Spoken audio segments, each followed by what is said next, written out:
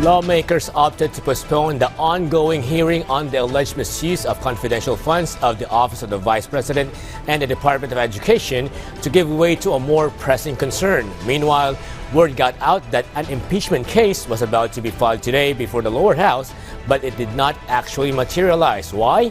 PTV's Melales Moras has the explanation in this report.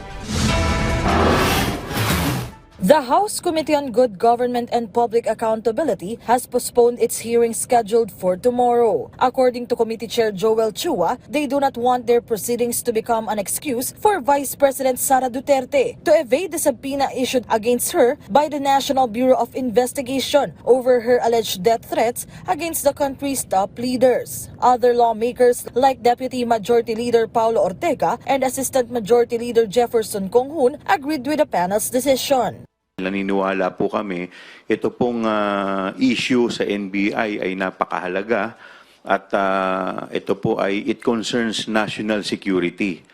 Kaya kami po ay nagdesisyon na i-postpone po muna ang committee hearing.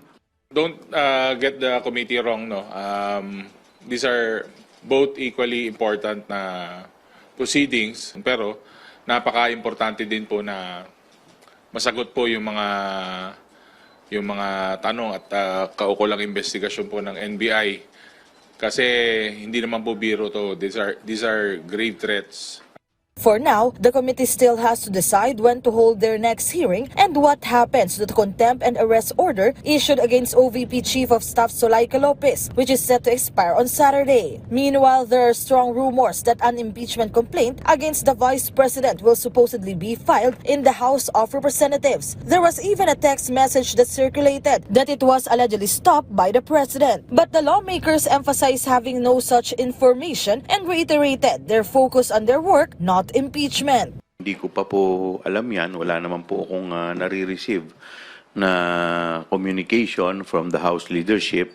Kung ang pinag-uusapan impeachment, lahat naman ng tao may karapatan na mag-file ng impeachment. Pero kami kasi sa administrasyon, hindi pa nga namin pinag-uusapan patungkol sa impeachment dahil abalang-abala